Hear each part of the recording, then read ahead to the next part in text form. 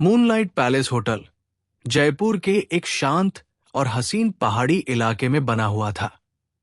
ये होटल काफी पुराना था, लेकिन इतना खूबसूरत और बढ़िया तरीके से सजा हुआ था कि हर महीने देश विदेश से लोग यहां रुकने आते थे। होटल का अंदर का डेकोरेशन राजा महाराजाओं के महलों जैसा था।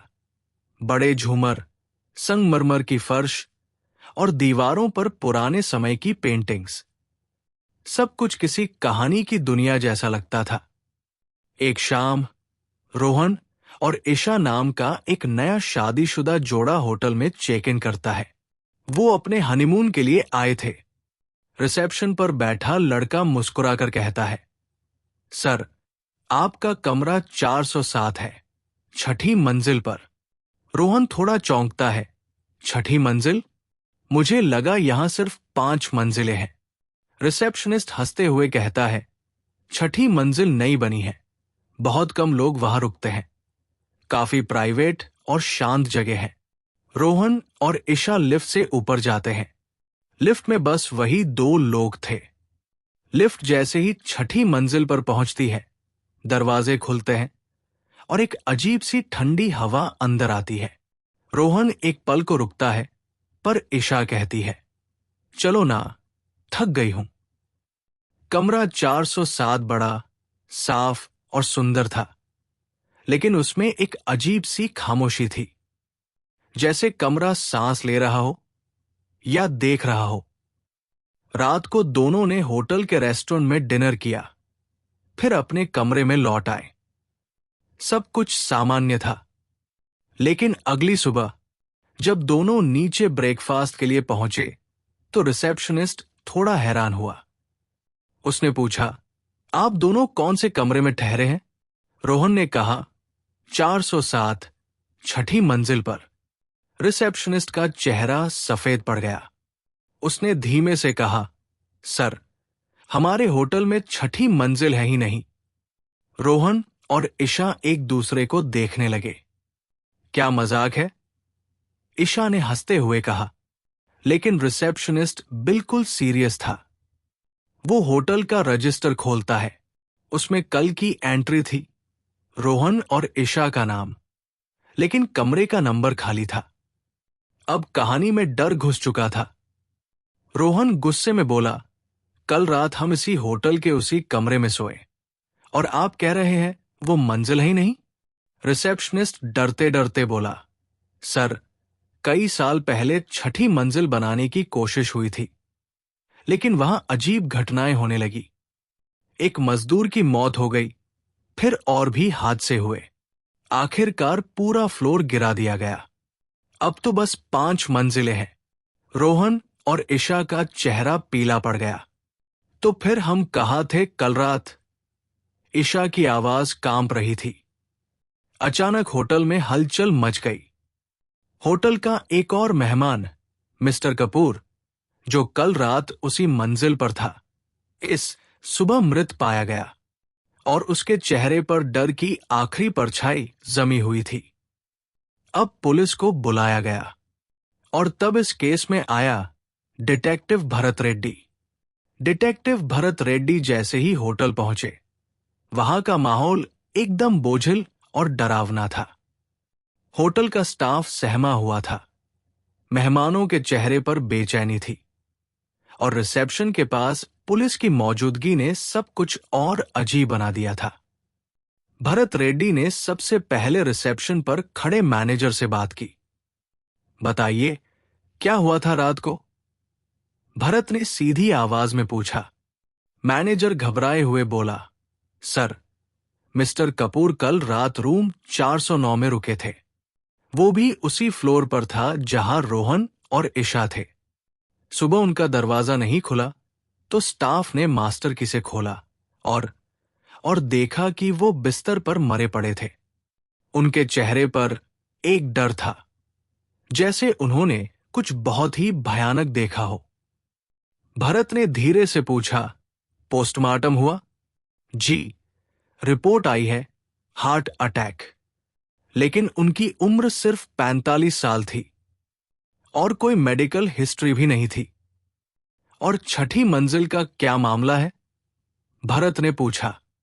मैनेजर चुप हो गया, फिर धीमे से बोला, सर, वो मंजिल तो है ही नहीं। कई साल पहले बनाने की कोशिश की थी, लेकिन अजीब अजीब हादसे होते गए। कई मजदूर घायल हुए, एक तो मर गया। फिर वो फ्लोर आधा बना, फिर तोड़ दिया गया। अब तो लिफ्ट में छठी मंजिल का बटन भी नहीं है। भरत चौंक गया, लेकिन रोहन और ईशा कल रात उसी मंजिल पर रुके थे। जी सर, लेकिन वो कैसे मुमकिन है, हम नहीं समझ पा रहे। भरत ने रोहन और ईशा को अपने केबिन में बुलाया। दोनों अभी भी घबराए हुए थे। रोहन ने कहा, सर, हम सच कह रहे हैं।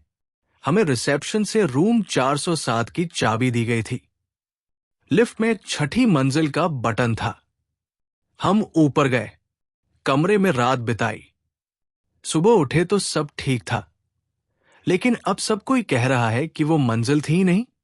भरत ने पूछा, क्या कुछ अजीब महसूस हुआ रात को?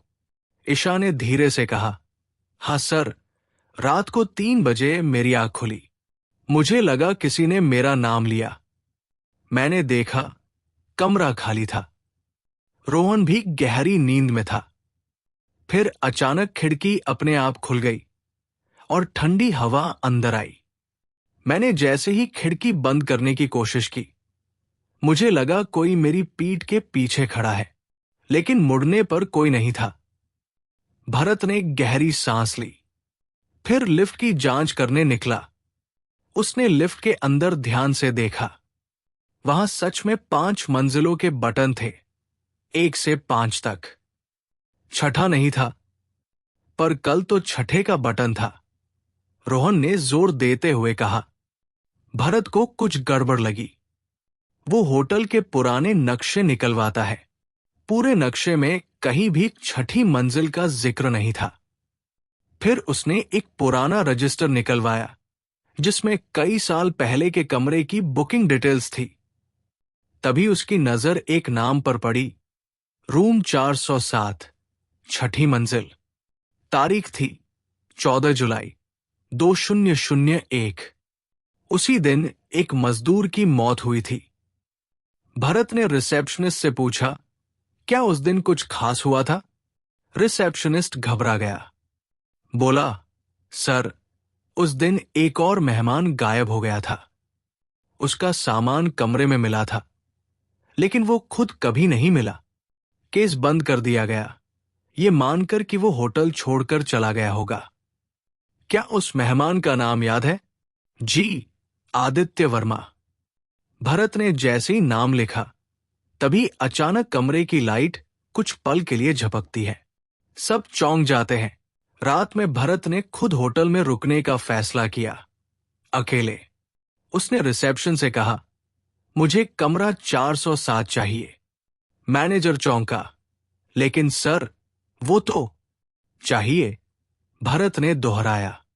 अचानक अजीब बात यह हुई कि उस वक्त फिर से छठी मंजिल लिफ्ट में दिखने लगी, जैसे वो मंजिल सिर्फ किसी खास वक्त पर ही प्रकट होती हो। भरत अकेले लिफ्ट में चढ़ता है। लिफ्ट ऊपर जाती है। छठे मंजिल पर दरवाजे खुलते हैं। सामने अंधेरा है, दीवारों पर पुराने धब्बे हैं। कमरा 407 के पास पहुंचकर वो दरवाजा खोलता है। अंदर अंधेरा है, लेकिन सब कुछ एकदम वैसा ही है जैसा रोहन और ईशा ने बताया था। जैसे ही भरत अंदर जाता है, दरवाजा अपने आप बंद हो जाता है। वो अपनी जेब से टॉर्च निकालता है। तभी सामने आईने में उसे किसी का चेहरा दिखता है। वो मुड़ता है, कोई नहीं। आईने में फिर वही चेहरा, कोई आदमी है जो लगातार देख रहा है। फिर दीवार पर धीरे धीरे लिखा जाता है, आदित्य अब भी यही है। भरत का दिल जोर से धड़कने लगता है। वो चिल्लाता है, कौन है यहां? तभी कमरे के कोने से धीमी धीमी हंसी सुनाई देती है। कोई बहुत पुरानी, टूटी फूटी आवाज में कहता है, तुमने भी वो रात देख ली, अब तुम भी जा नहीं पाओगे। भरत रेड्डी का दिल जोर से धड़क रहा था। कमरा 407 में अजीब सन्नाटा था, पर उस सन्नाटे के बीच भी कुछ था जो उसे देख रहा था, महसूस कर रहा था और शायद उसका इंतजार कर रहा था। आईने में जो चेहरा दिखा था वो अब धीरे धीरे और साफ होने लगा था। भरत ने साहस जुटाया और टॉर्च उस दिशा में घुमाई, मगर सामने कोई नहीं था। दीवार पर आदित्य अब भी यही है लिखा हुआ अब गायब हो चुका था। उसने कमरे के कोने कोने में देखा। फर्नीचर बहुत पुराना था, जैसे कई सालों से किसी ने छुआ तक नहीं हो। दीवारों पर सीलन थी और छत से पानी टपकने की धीमी आवाज आ रही थी। भरत ने ध्यान दिया कि कमरे की घड़ी रात के 3 बजा रही थी और उसकी अपनी घड़ी रुक गई थी ठीक उसी समय पर। तभी कमरे के अंदर की एक अलमारी धीरे धीरे खुद ब खुद खुलने लगी। भरत ने टॉर्च उस पर फोकस की। अंदर सिर्फ एक पुरानी डायरी रखी थी। उसने उसे निकाला। डायरी पर नाम लिखा था आदित्य वर्मा। अंदर की पन्नों में घसीटे हुए अक्षरों में कुछ लिखा था। ये मंजिल नहीं है, ये एक फांदा है। एक बार यहां रुक गए तो फिर बाहर नहीं जा सकते। हर रात तीसरी मंजिल की तरह लगती है, मगर ये छठी है। मैं फंस गया हूं। कोई मेरी बात सुन नहीं रहा। अगर कोई ये पढ़ रहा है तो मत रुकना, भाग जा। भरत ने जैसे ही डायरी बंद की, कमरे का बल्ब अचानक जल उठा, बिना बिजली के। फिर पंखा चलने लगा और खिड़की अपने आप खुल गई। ठंडी हवा कमरे में भरने लगी और उस हवा के साथ एक अजीब सी फुसफुसाहट भी आई। भरत, भरत। उसने डरते हुए चारों ओर देखा। कमरे का दरवाजा अब अंदर से बंद हो गया था। बाहर जाने की कोई राह नहीं थी। तभी दीवार पर एक पुराना फोटो गिरा। भरत ने उसे उठाया। फोटो में होटल का वही कमरा दिख रहा था और उसके पीछे खड़े थे 2 लोग, एक आदमी और एक औरत, और सामने एक बच्चा। लेकिन उनके चेहरे एकदम धुंधले थे। बस एक ही नाम साफ लिखा था, वर्मा फैमिली, 14 जुलाई 2001। तभी भरत को जोर की चिल्ला सुनाई दी, किसी औरत की। उसने खिड़की से बाहर झांकने की कोशिश की, मगर वहां बस काला धुआं सा था, जैसे होटल का बाहरी हिस्सा वहां था ही नहीं। उसके कानों में अब एक के बाद एक आवाजें आने लगी, जैसे कई लोग एक साथ कुछ बोल रहे हों, मगर उनकी जुबान समझ नहीं आ रही थी। फिर अचानक कमरे के बीचों बीच जमीन पर एक गोल दायरा चमकने लगा। उस चमकते हुए घेरे के अंदर एक चेहरा बन रहा था, वही चेहरा जो भरत ने आईने में देखा था। चेहरे की आंखें बंद थी, फिर वो धीरे धीरे खुली। तू भी यही रहेगा अब, तेरी यादें भी मिट जाएंगी, उस चेहरे ने कहा। तभी भरत ने देखा, दीवार पर एक और नाम खुदने लगा था, भरत रेड्डी, चेक इन, आज की तारीख, चेकआउट, खाली। भरत ने जोर से चिल्लाते हुए दीवार की ओर दौड़ लगाई। उसने टॉर्च फेंकी और जोर से दरवाजा खटखटाया। बाहर कोई आवाज नहीं आई। अचानक दरवाजा अपने आप खुल गया। भरत गिरता पड़ता बाहर आया। वो भागकर लिफ्ट की ओर दौड़ा। लिफ्ट वहां नहीं थी। उसे भागने के लिए सीढ़ियों से जाना पड़ा। सीढ़ियों में अंधेरा था, मगर वो भागता रहा। नीचे 5वीं मंजिल, 4थी, 3री। पर जैसे ही उसने ग्राउंड फ्लोर पर कदम रखा, उसने देखा वो फिर 6ठी मंजिल पर था। कमरे के बाहर फिर वही बोर्ड टंगा था, 407, और सामने रिसेप्शन था। लेकिन सब कुछ काला सफेद सा लग रहा था, जैसे किसी पुराने जमाने की फिल्म हो। रिसेप्शन पर वही आदमी खड़ा था जिसकी फोटो उसने दीवार से उठाई थी। आप फिर आ गए, मिस्टर रेड्डी, वो आदमी बोला, बिना मुस्कुराए। भरत समझ नहीं पाया कि क्या सपना था और क्या हकीकत। तभी रिसेप्शन के पीछे लगे घड़ी की सुइयां उल्टी दिशा में घूमने लगी। फिर कमरे की सारी लाइट्स बंद हो गई। एक झटका हुआ और भरत की आंखें खुल गई। वो होटल के लॉबी में जमीन पर पड़ा था। पुलिस वाले, होटल स्टाफ और मैनेजर उसके पास खड़े थे। सर, आप सब ठीक है? किसी ने पूछा। भरत उठकर बैठा। उसके माथे पर पसीना था। मैं कहाँ हूं? उसने पूछा। सर, आप छठी मंजिल पर चले गए थे, लेकिन वहां तो कोई फ्लोर ही नहीं है। हमने आपको बेहोश लॉबी में पाया। भरत ने जेब में हाथ डाला।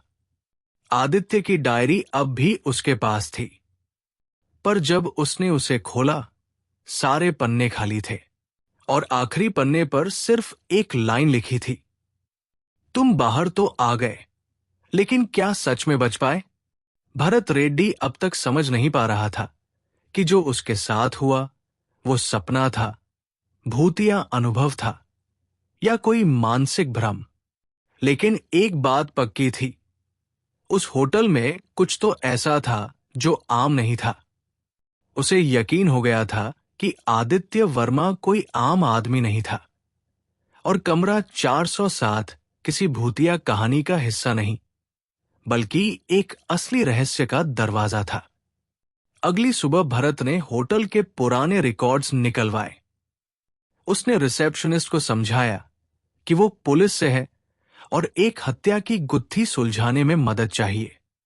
फाइलें सामने आई। बुकिंग डेटा, मेहमानों के नाम, चेक इन और चेकआउट की तारीखें। भरत एक एक बुकिंग देखता गया। तभी एक अजीब बात उसके सामने आई। पिछले 2 सालों में करीब 21 लोग ऐसे थे जिन्होंने कमरे नंबर 407 में एक रात बिताई थी, और इनमें से 9 लोगों की मौत रहस्यमयी हालात में हुई थी। या तो उन्होंने आत्महत्या की या फिर लापता हो गए। बाकी बचे 12 लोगों की कोई जानकारी रिकॉर्ड में नहीं थी, जैसे उनका कोई अस्तित्व ही नहीं था। कोई आईडी, कोई फोटो, कुछ नहीं। भरत ने होटल के मालिक से मिलने की ठानी। होटल मालिक मुरलीधर शंकर एक बूढ़ा आदमी था जिसकी आंखों में हमेशा कुछ छिपा हुआ सा रहता था। भरत उसके केबिन में पहुंचा और सारी जानकारी सामने रख दी। मुरलीधर ने पहले तो मुस्कुराकर बात टालने की कोशिश की। साहब, बहुत पुराना होटल है, अफवाहें तो उड़ती ही रहती हैं, उसने कहा। ये अफवाहें नहीं, मर्डर केस है, भरत ने सख्ती से जवाब दिया। मुरलीधर चुप हो गया। फिर धीरे धीरे उसने कहना शुरू किया, ये होटल मेरे पिताजी ने बनवाया था, लेकिन एक मंजिल, छठी, कभी पूरी नहीं बन पाई। निर्माण के दौरान एक हादसे में 7 मजदूर मारे गए थे। कुछ लोगों ने कहा कि उस मंजिल को छोड़ दो, मत बनाओ, मगर पैसे डूब रहे थे, तो छठी मंजिल को नक्शे में से हटा दिया गया। मगर तब से अजीब घटनाएं शुरू हो गई और फिर पिताजी की भी रहस्यमयी मौत हो गई। तो आपने कभी छठी मंजिल दोबारा खोलने की कोशिश नहीं की? भरत ने पूछा। नक्शे में तो मंजिल है ही नहीं, मुरलीधर बोला, पर कुछ लोग कहते हैं कि रात के वक्त वहां कोई लिफ्ट खुद ब खुद रुकती है और लोग उसमें चढ़ जाते हैं, फिर लौटते नहीं। भरत बाहर निकल आया। उसका दिमाग अब तेजी से दौड़ रहा था। उसे आदित्य वर्मा की डायरी की आखिरी लाइनें याद आ रही थी। तुम बाहर तो आ गए, लेकिन क्या सच में बच पाए? रात को वो फिर होटल में ही रुका। इस बार वो अकेला नहीं था। उसने अपने एक पुराने दोस्त और टेक्निकल एक्सपर्ट कबीर को बुला लिया था, जो पैरानॉर्मल एक्टिविटीज में रुचि रखता था। दोनों ने एक प्लान बनाया। भरत उस रात फिर से कमरा 407 में जाएगा और कबीर सीसीटीवी और थर्मल कैमरों से उसकी हर हरकत पर नजर रखेगा। रात के ठीक 2 बजते ही कमरे की लाइटें फड़फड़ाने लगी। भरत ने कबीर को वॉकी टॉकी पर आवाज दी, लाइट्स बंद हो रही हैं। क्या कैमरे चालू हैं? कबीर बोला, अभी तक सब ठीक है। रुको रुको, तुम्हारा वीडियो फीड गायब हो रहा है। क्या? भरत ने चौंक कर पूछा। तुम्हारा कैमरा ब्लैंक स्क्रीन दिखा रहा है, मगर बाकी कमरों के कैमरे ठीक चल रहे हैं। कबीर बोला।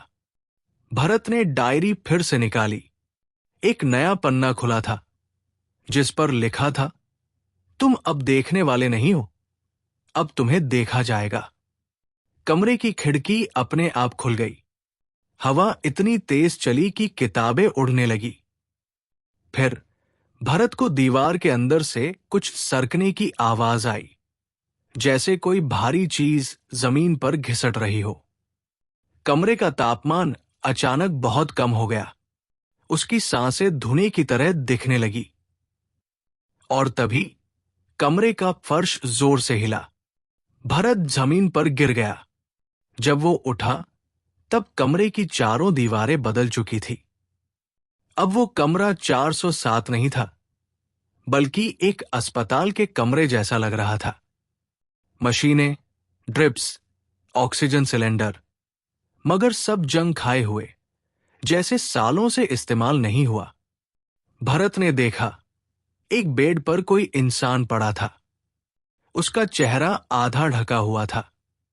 जैसे ही भरत ने उसका चेहरा देखने के लिए कपड़ा हटाया, उसकी आंखें खुल गई और उसने कहा, मैं आदित्य हूं और अब तुम मेरी जगह लोगे।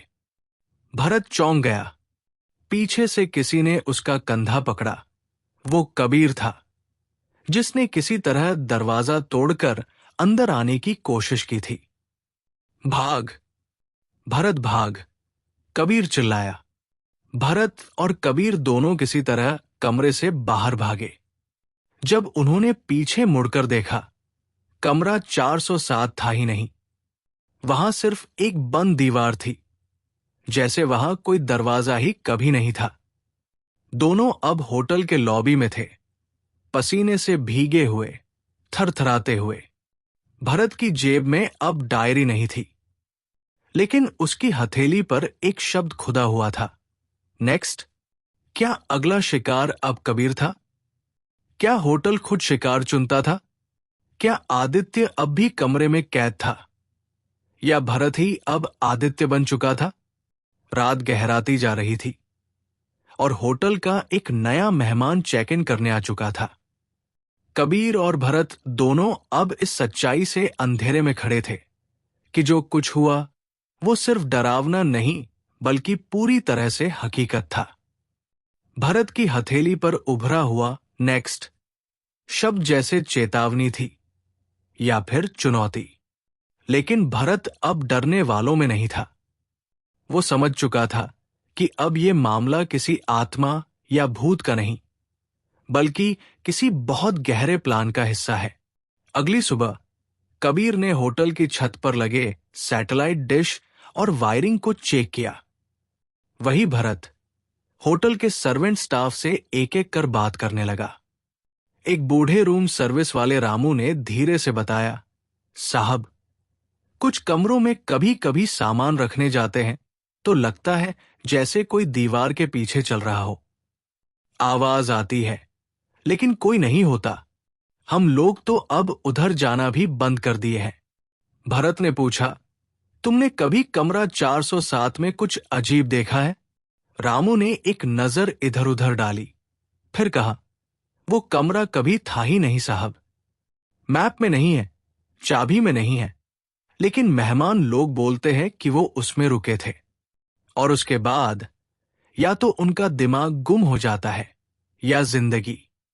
उसी वक्त कबीर दौड़ता हुआ आया। मिल गया, उसने कहा। होटल के ब्लूप्रिंट में 6ठी मंजिल को काटा गया है, लेकिन डिजिटल बिल्डिंग सिस्टम में उसकी फाइल मौजूद है। और सबसे मजेदार बात, उसमें 407 नंबर का कमरा 2 बार लिखा है। एक बार temporary room for staff rest और एक बार टेस्टिंग चेंबर 407X। भरत चौंका। Testing chamber? क्या टेस्टिंग होती थी वहां? कबीर ने आगे बताया। और भी मजेदार बात, होटल के सर्वर से एक बार फाइल हटाई गई थी, लेकिन वो ऑटोमेटिक बैकअप में रह गई थी। उस फाइल में कुछ वीडियो क्लिप्स थी। दिखाऊं? कबीर ने लैपटॉप खोला और एक वीडियो चलाया। स्क्रीन पर एक छोटा कमरा था जिसमें एक आदमी बंद था। कैमरा कमरे के हर कोने से उसकी हर हरकत रिकॉर्ड कर रहा था। अचानक दीवार पर एक अजीब सी लाइट चमकी और आदमी का चेहरा सुन्न हो गया। उसकी आंखें पलट गई और वो जोर से चिल्लाया। फिर स्क्रीन ब्लैक हो गई। ये क्लिप 4 साल पुरानी है, कबीर बोला, और रिकॉर्ड में उस आदमी का नाम है आदित्य वर्मा। भरत अब सब समझने लगा था। ये होटल कोई आम होटल नहीं था। इसे किसी सीक्रेट प्रोजेक्ट के लिए बनाया गया था, और उस प्रोजेक्ट का नाम था 407X। वो दोनों सीधा पुलिस हेडक्वार्टर गए और एक खास फोर्स को साथ लेकर होटल लौटे। लेकिन जब वे होटल पहुंचे तो देखा पूरी 6ठी मंजिल जलकर राख हो चुकी थी। फायर डिपार्टमेंट को बुलाया गया था, पर किसी को नहीं पता कि आग कैसे लगी। सीसीटीवी फुटेज गायब थे। कोई चश्मदीद नहीं था। मालिक मुरलीधर शंकर अब तक फरार था। होटल के बाकी हिस्से में कुछ नहीं बदला था, लेकिन 6ठी मंजिल का नामो निशान मिट चुका था, जैसे वो कभी थी ही नहीं। कबीर ने कहा, शायद मुरलीधर सब कुछ खत्म करना चाहता था ताकि कोई सबूत न बचे। लेकिन भरत जानता था कोई सबूत अभी बाकी है। रात को वो फिर से होटल में रुका। इस बार उसके पास खास कैमरा, नाइट विजन डिवाइस और मोबाइल में एक लाइव ट्रैकर था जिसे कबीर ऑपरेट कर रहा था। भरत अब होटल के पुराने स्टोर रूम में गया, जहां से कभी 6ठी मंजिल का एक गुप्त दरवाजा खुलता था। वो दीवार पर हल्का सा धक्का देता गया और अचानक दीवार पीछे को खिसकी। एक गुप्त सीढ़ियां सामने थी। वो सीढ़ियां चढ़ता गया। हर सीढ़ी के साथ अंधेरा बढ़ता गया और शरीर में अजीब सी सनसनाहट होने लगी, जैसे हवा में कुछ था, कोई बहुत पुराना रहस्य, कोई अधूरी चीख। ऊपर पहुंचते ही भरत ने देखा 6ठी मंजिल अब भी वहां थी। जलकर राख नहीं हुई थी, बल्कि उसका असली रूप अब दिख रहा था। कमरे बिखरे हुए थे, लाइट्स झपक रही थी, मशीनें अब भी चल रही थी, लेकिन उस मंजिल पर कोई इंसान नहीं था, सिवाय एक के। एक कमरे में शीशे के अंदर कोई बैठा था, पीठ उसकी तरफ थी। भरत ने धीरे से दरवाजा खोला और वो इंसान घूमकर उसकी तरफ देखा। वो खुद भरत रेड्डी था। भरत की आंखें फटी रह गई। उसके सामने बैठा हुआ इंसान हूबहू उसकी तरह दिखता था। वो भरत की तरफ बोला, तुम तो बाहर निकल गए थे ना, तो फिर वापस क्यों आए? भरत पीछे हटने ही वाला था कि कमरे की दीवारें बंद होने लगी। फोन का ट्रैकर सिग्नल खोने लगा। सब कुछ डगमगाने लगा। अब तुम्हारी बारी है, वो दूसरा भरत बोला। कमरे की लाइट्स बुझ गई। सिर्फ एक स्क्रीन जल रही थी जिस पर लिखा था टेस्ट 407X, सब्जेक्ट चेंज्ड। कुछ घंटे बाद सुबह का सूरज उदय हो चुका था। होटल के बाहर पुलिस की गाड़ियों की लंबी कतार थी। चारों तरफ अफरातफरी मची थी। मीडिया वाले, होटल स्टाफ और कुछ डर से सहमे हुए टूरिस्ट सब एक ही सवाल पूछ रहे थे, क्या हुआ 6ठी मंजिल पर?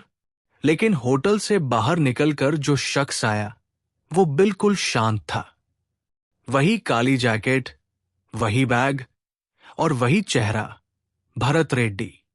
उसने सीधे पुलिस अफसर को देखा और बोला, मामला सुलझ गया है। होटल में जो हो रहा था वो एक साइकोलॉजिकल एक्सपेरिमेंट था। कुछ लोग इंसानों की याददाश्त, पहचान और दिमाग को कंट्रोल करने की कोशिश कर रहे थे। लेकिन अब सब खत्म हो गया है। अफसर ने सर हिलाया और कहा, शाबाश इंस्पेक्टर, तुमने कमाल कर दिया। लेकिन वहां खड़े कबीर की आंखों में एक बेचैनी थी। वो जानता था कि भरत की आवाज में कुछ तो अजीब है। वो वही भरत नहीं है जो पिछले कई दिनों से इस केस में उसके साथ था। कबीर ने धीरे से पूछा, तू ठीक है ना भाई? भरत ने उसकी तरफ मुस्कुराकर देखा और बोला, हां, बिल्कुल ठीक। लेकिन कबीर ने गौर किया, उसकी मुस्कान थोड़ी ज्यादा सीधी थी। उसकी आंखें बिना पलक झपकाए घूर रही थी। और सबसे अजीब, उसने वो बैग पहना हुआ था जो असली भरत ने सीढ़ियों में छोड़ा था। कबीर कुछ कहने ही वाला था कि भरत ने उसका कंधा थपथपाया और बोला, थोड़ा आराम कर ले, अब सब ठीक हो गया है। और वो चला गया। कबीर उसी वक्त भागकर कंट्रोल रूम में गया। उसने ट्रैकर लॉग्स खोले जो भरत के फोन से कनेक्टेड थे। आखिरी सिग्नल छठी मंजिल कमरा 407X में फ्रीज हुआ था। लेकिन बाहर निकले इंसान के पास फोन था, तो सिग्नल कैसे रुक गया? कबीर को सब समझ आ गया। कमरा 407X असल में इंसानों की पहचान बदलने का एक्सपेरिमेंट था। याददाश्त मिटाकर, नए विचार और पहचान को डालकर एक नया सब्जेक्ट बनाया जाता था। भरत उस कमरे में गया, लेकिन वापस जो निकला वो कोई और था, एक क्लोन या शायद एक प्रोग्राम्ड इंसान। अब सवाल यह था, असली भरत कहाँ है? वही दूसरी तरफ एक अंधेरी सी जगह में भरत की आंख खुली। उसके चारों तरफ अजीब सी मशीनें थी। दीवारों पर अजनबी भाषाओं में कुछ लिखा था। उसके हाथ बंधे थे और वो खुद को शीशे में देखकर चौंक गया। उसका चेहरा अब भी वैसा ही था, लेकिन आंखें सुर्ख थी, जैसे रातों से नींद न ली हो। एक कंप्यूटर स्क्रीन पर लिखा था, subject 407X, memory suppression 95% complete. एक रोबोटिक आवाज आई, बचने की कोशिश मत करो, तुम अब हिस्सा हो उस प्रोग्राम का जिससे दुनिया के सबसे ताकतवर लोग नए इंसान बनाएंगे, जो सोचे बिना आदेश माने। भरत चिल्लाया, मैं इंसान हूं, मुझे बाहर निकालो। आवाज फिर आई, अब तुम वही हो जो हम चाहें। तभी स्क्रीन पर एक लाइव फुटेज खुली। बाहर वाला भरत, यानी उसका क्लोन, अब पुलिस स्टेशन में था और केस को बंद करने की बात कर रहा था। अंदर का भरत ये सब देख रहा था, लेकिन कुछ कर नहीं सकता था। उसके ठीक सामने एक और कैप्सूल खुला। उसमें कोई और बंद था, एक और इंसान जो शायद अगला टारगेट था। कहानी वही खत्म नहीं हुई। हफ्तों बाद एक और होटल में एक कपल चेक इन करता है। होटल का नाम मूनलाइट पैलेस, ब्रांच 2। रिसेप्शनिस्ट मुस्कुराकर बोलता है, आपका कमरा तैयार है, 407। पति हंसकर कहता है, 407? बड़ी अजीब सी संख्या लगती है। रिसेप्शनिस्ट उसी मुस्कान के साथ कहता है, यह कमरा हर किसी के लिए नहीं होता, आप खास है।